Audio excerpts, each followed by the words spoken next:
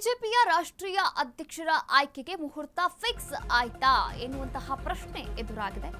ಬಿಜೆಪಿಯ ರಾಷ್ಟ್ರೀಯ ಅಧ್ಯಕ್ಷರ ಆಯ್ಕೆಗೆ ಮುಹೂರ್ತ ಫಿಕ್ಸ್ ಆಯ್ತಾ? ಏಪ್ರಿಲ್ ತಿಂಗಳ ಅಂತ್ಯದಲ್ಲಿ ನೂತನ ಅಧ್ಯಕ್ಷರ ಆಯ್ಕೆ ಸಾಧ್ಯತೆ ಇದೆಯಾ? ಹಾಗಾದ್ರೆ ಹೈ ವೋಲ್ಟೇಜ್ ಮೀಟಿಂಗ್ ಮಾಡಿದೆ ಈಗಾಗಲೇ ಹೈಕಮಾಂಡ್.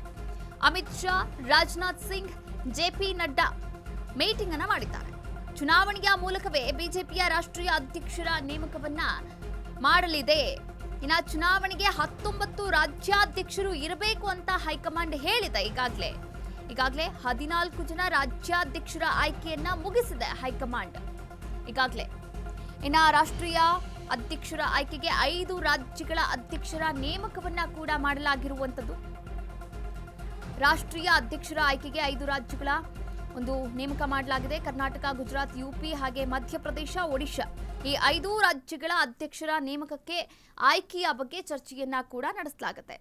ಏಪ್ರಿಲ್ ತಿಂಗಳು ಅಂದ್ರೆ ಈ ಏಪ್ರಿಲ್ ತಿಂಗಳ ಅಂತ್ಯದಲ್ಲಿ ರಾಷ್ಟ್ರೀಯ ನೂತನ ಅಧ್ಯಕ್ಷರ ಆಯ್ಕೆ ಮುಹೂರ್ತ ಫಿಕ್ಸ್ ಮಾಡಲಾಗಿದೆಯಾ ಎನ್ನುವಂತಹ ಪ್ರಶ್ನೆ ರಾಜ್ಯ ಬಿಜೆಪಿಯಲ್ಲಿ, ಕೇಂದ್ರ ಬಿಜೆಪಿಯಲ್ಲೂ ಕೂಡ ಈಗಾಗಲೇ ಎದುರಾಗಿರುವಂಥದ್ದು. ಇನ್ನು ಈ ವಿಚಾರವಾಗಿ ಹೈ ವೋಲ್ಟೇಜ್ ಮೀಟಿಂಗ್ ಕೂಡ ಮಾಡಿದೆ ಈಗಾಗಲೇ ಹೈಕಮಾಂಡ್ ನಾಯಕರು.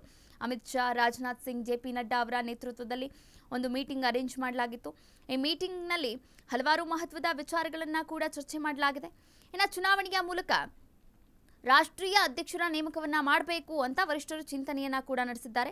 ಈಗಾಗಲೇ ನೋಡೋದಾದ್ರೆ 19 ಜನ ರಾಜ್ಯಾಧ್ಯಕ್ಷರು ಇರಬೇಕು, ಆದರೆ 14 ಜನ ರಾಜ್ಯಾಧ್ಯಕ್ಷರು ಇದ್ದಾರೆ. ಆಯ್ಕೆಯನ್ನ ಕೂಡ ಈಗಾಗಲೇ ಹೈಕಮಾಂಡ್ ಮುಗಿಸಿದೆ.